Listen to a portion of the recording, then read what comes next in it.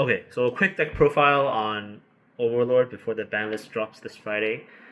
So we can't play this deck anymore.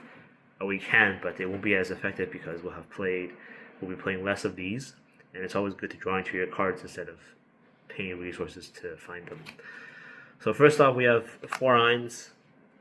This is the boss monster of the deck.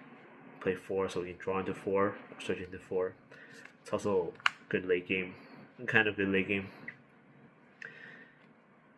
4 gold bars that go with the Ainz, and then 4 of the backrow that gives the Ainz hexproof. Very important card, very good card because it also has a trigger, and it also makes these events free. These goats, which are markers for the Ainz that blow up the opponent's board, and you can also salvage any character with them for free, as long as you have this on the board. 4 JC, Changer into the Ainz, also bounces a card at the start of your opponent's attack phase. 4 Shalltear, level 1 combo. If the opponent's lane is empty or you're reversed, you can salvage 1, send it to memory, and it'll come back the start of your next draw phase. And then the 4 gates that come with it.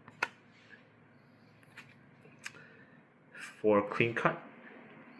So this is the extended level 0 game for cases where you don't draw your level 1 combo and you need to push for damage.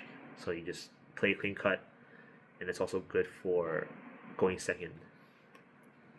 And then going first, we have 2 chasers. Playing too many is kind of diminishing returns, because for this deck you need hand to change into the Ainz, and if you play too many chasers, then you might clog the board, and the effectiveness of chasing doesn't really, you don't get the effectiveness as much. We also play two top check Rickies for level 0, 1, or event. So this card might miss. It misses on CX, and it also misses on higher level characters like the Ainz. So to reduce the chances of that happening, we only play 2. It doesn't really have a strong, like a high power level. It's only 500, so it does also make sense to like play fewer of these. 4 openers, I chose to play 5. This card used to be the 3rd top check Ricky, but I realized because this card misses too many, I wanted another potential plus. So this is a bouncer, top check opponents your draw phase. If you reveal level 1 or higher, this comes back to hand. It's also good with the JC because when you see a clean card late game, you can still use the JC and then not rip a climax off the top of your deck. 4 check top 3 brainstorms. So every time you go for the Ainz combo, you need to do it twice, like once every turn, over 2 turns, and sometimes you don't see the gold bar combo more than once, so you need to use this card to dig for CX so you can use the combo again.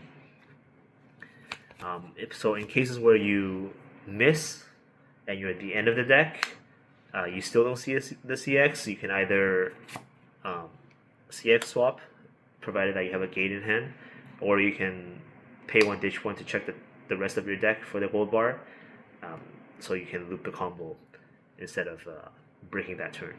So these are like 2 tech cards that help with situational deck states.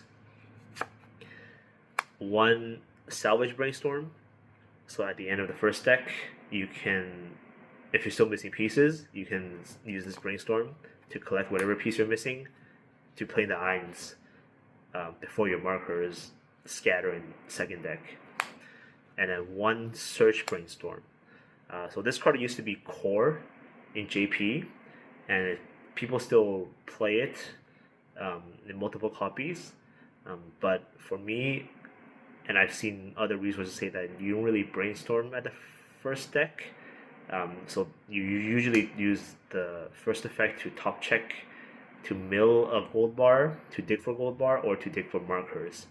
And to dig for a card when you're in like 20 cards is like not a very concrete, reliable game plan. So I cut this down to one. It's also red, so it helps with color requirement for level 1. One early play.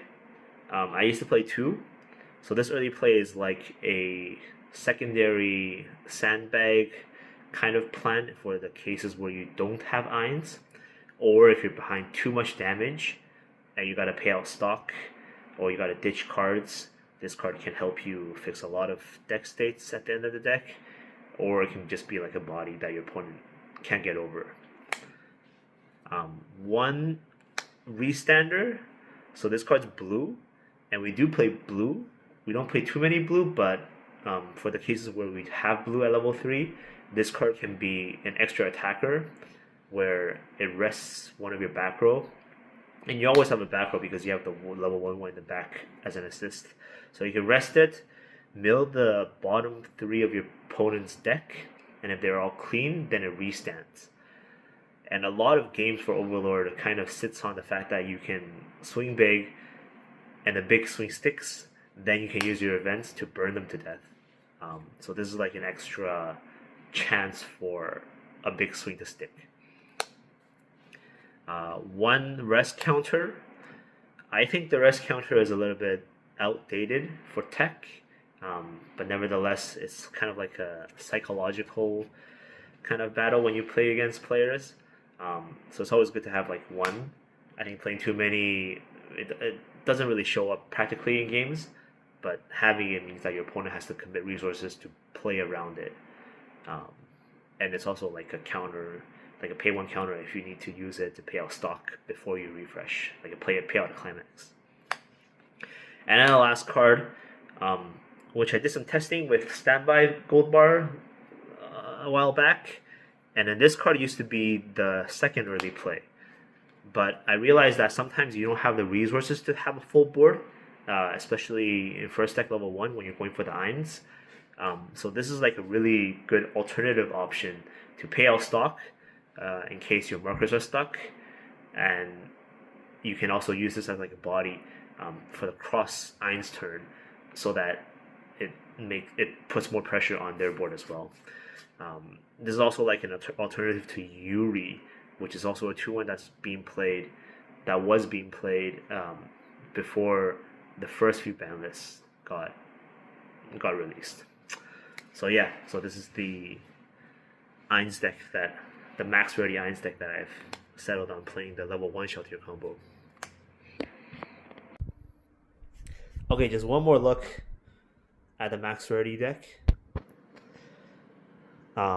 This card's not part of it. This card came with the champion trophy in the 2024-2025 season. And this card was also not part of it. This card was the 2025 Summerfest for top 8.